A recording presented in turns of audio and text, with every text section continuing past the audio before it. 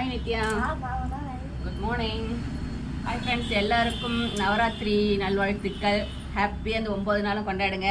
15 நாள் இப்போ தான் வந்து நான் மாலை பச்சை முடிஞ்சு இன்னைக்கு எங்கள் வீட்டில் சுட சுட இட்லியும் என்ன சாப்பிட்டேன்? இட்லியும் என்ன சாப்பிட்டேன்? சாம்பார் வெங்காய சட்னி. அவ்வளோ ஹாப்பி பிள்ளைங்களுக்கு 15 நாளும் வரும் விரத சாப்பாடாச்சா. இன்னைக்கு வந்து இட்லி முருங்கைக்காய் சாம்பார். ஏன்னா ஏற்கனவே எங்கள் வீட்டில் நிறைய முருங்கைக்காய் காய்ச்சதெல்லாம் பறித்து வச்சுருந்தேன்.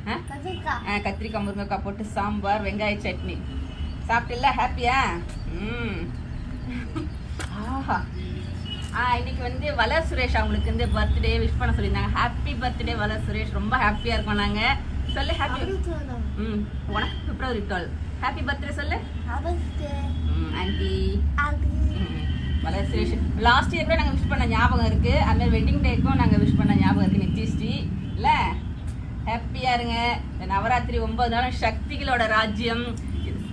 அதாவது இந்த அம்பாள்கிட்ட என்ன கேட்டாலும் கிடைக்கும் அப்படின்னு சொல்லுவாங்க. நம்ம என்ன கேட்க போகிறோம்? பொண்ணோ பொருளை வேணும், ஆரோக்கியத்தை கொடுந்தா நாங்கள் வேண்ட போகிறோம். அந்த சக்தியோட அருள் நிச்சயம் நம்ம செல்லக்குட்டிக்கு வேணும் இல்லை? இனி ஒவ்வொரு வருஷமும் நாங்கள் வந்து ரொம்ப ஹாப்பியாக இருப்போம். ஏன்னா நித்யஸ்ரீ வந்து டெவலப் சூப்பராகிட்டு இருக்கு. அவள் பிரேஸ்லெட் பண்ணியிருக்கா. நைட்டு இது பண்ணா பாருங்க. சின்ன சின்னதாக தான் ஒர்க் பண்ணிட்டு இருக்கா.